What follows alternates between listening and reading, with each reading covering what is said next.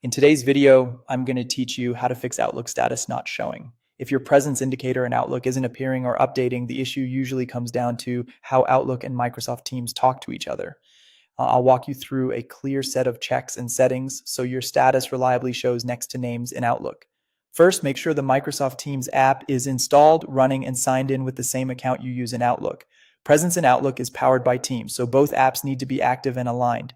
Open Teams, confirm you're logged into the same work or school account that your Outlook profile uses, and leave Teams running in the background. If you use multiple profiles, double check you didn't accidentally sign into a different tenant in one app. Next, in Classic Outlook, turn on the setting that displays presence. Go to File, then Options, and choose People. Look for Display Online Status next to name and make sure it's checked. This allows Outlook to surface your availability dots beside emails and contacts.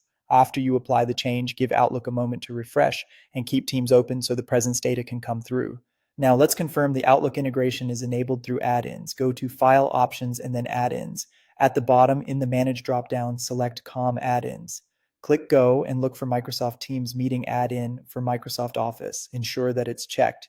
Even though this add-in focuses on meetings, it's a key piece of the Outlook Teams connection, and having it enabled often helps the presence link behave as expected. Click OK to save and return to Outlook. If presence still doesn't appear, clear the cache for Outlook and Teams. Fully close both apps first, including quitting from the system tray to ensure they're not running in the background.